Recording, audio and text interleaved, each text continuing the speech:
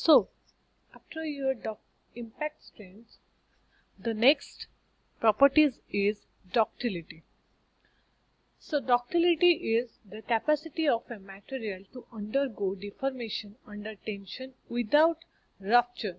It means it is a measure of a material's ability to undergo significant plastic deformation before the rupture or before the breaking of the material, which may be expressed as % of elongation or % area reduction from a tensile test.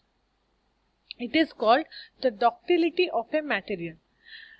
It defines the % elongation and % area reduction, or it is often characterized by a material's ability to be stressed into a wire. It is called a ductility of a material, or it is a very important properties of a material. So, your next is the malleability. Malleability is a similar property, that is a material's ability to deform under compressive stress. But ductility is your ability to deform under the tensile stress. The only point is difference about ductility and the malleability, that is, it is deformed under tensile stress, that is ductility, and the malleability is known as the deform under compressive stress. So, malleability is like to be formed by hammering, rolling, and it is the deformation under compression without rupture or without breaking the material.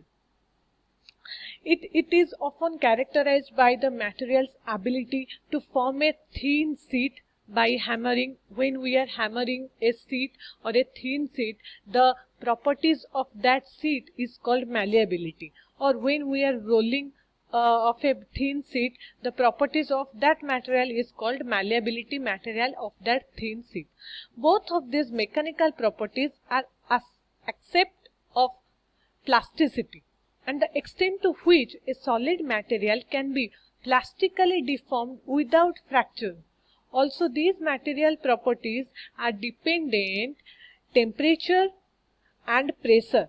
Both of ductility and the malleability is depends upon the temperature and the pressure of the material. Next one is your brittleness. We know that what is brittleness. It is defined as a tendency to fracture without deformation, and it is opposite to ductility and malleability. So a material is brittle if when subjected to stress, it breaks with little elastic deformation and without significant plastic deformation. Brittle materials relatively have the little energy prior to fracture, even those of in high strength. Breaking is often accompanied by a snapping sound. Brittle materials include most ceramic also, most glasses material also, some polymers also, some polystyrene also. Many steels became brittle at low temperature depending on their composition and processing. So this brittle properties, it mostly depends on the composition and the processing of a material. It is all about the brittleness of the material. So next is your hardness. What is hardness? The hardness of the material depends upon the type of bonding forces between atoms, ions or molecules and increases the strength with the magnitude of the forces. It means hardness is a measure of the resistance to localized plastic deformation induced by either mechanical indentation or abrasion. Some materials are harder than others, like your plastic or wood. Macroscopic hardness is generally characterized by strong intermolecular bonds, that is called the bonding forces between the atoms, ions or molecules. It is called intermolecular bonds. But the behavior of solid materials under force is complex. So there are different measurements of hardness, that is scratch hardness, indentation hardness and rebound hardness. But hardness is dependent on ductility, elasticity, stiffness, plasticity of the material, strain of the material, strength of the materials, toughness of the materials, also the viscosity of the materials. It all depends upon the elastic limit, stiffness, plasticity, etc. Hardness depends upon the. Next one is your fatigue. What is fatigue? It is a new word for all the students. That is, what is fatigue? Fatigue is a phenomenon where structures fail when subjected to a cyclic load. This type of structural damage occurs even when the experienced stress range is far below the static material strength. Fatigue is the most common source behind failures of mechanical structure. It means fatigue is the weakening of a material caused by cyclic loading that results in progressive and localized structure damage and the growth of the cracks.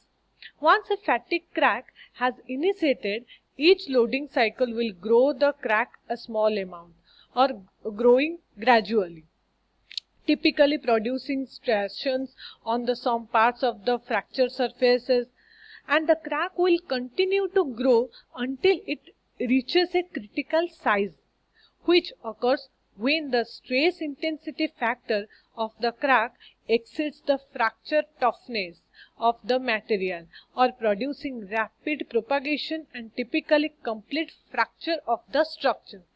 So basically the fatigue depends upon the toughness of the material or the stress intensity of the material. The next one is your creep. What is creep?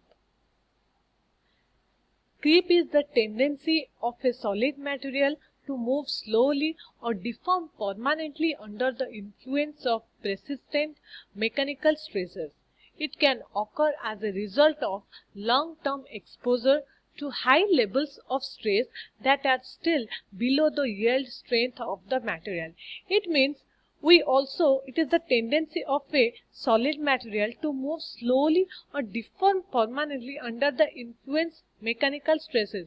The creep is also called as cold flow, and it can occur as a long-term exposure to high levels of stress. And the rate of deformation that is the creep is handling is a function of the material's properties, exposure time, exposure temperature, and the applied structural load of the material. It depends upon these four. The first one is material properties, second one is exposure time, third one is exposure temperature, and the last one is your structural load of the material. So depending on the magnitude of the applied stress and its duration, the deformation may become so large that a component can no longer perform its function. So in your creep properties, your example, creep of a turbine blade could cause the blade to contact the casing, resulting in the failure of the blade. So creep is usually concerned to engineers and metallurgists when evaluating components that operate under high stress and high temperature. It is all about the creep properties of a material. So it is all about the mechanical properties of a material. Next one is the second one is your physical properties. And the physical properties denotes as describe the response of a material to imposed stimuli under condition in which external forces are not concerned. And the physical properties include these properties like your dimension of the material, color of the material, melting point of the material, structure of the material, appearance of the material, density of the material, and the porosity of the material. Those are the physical properties of a material.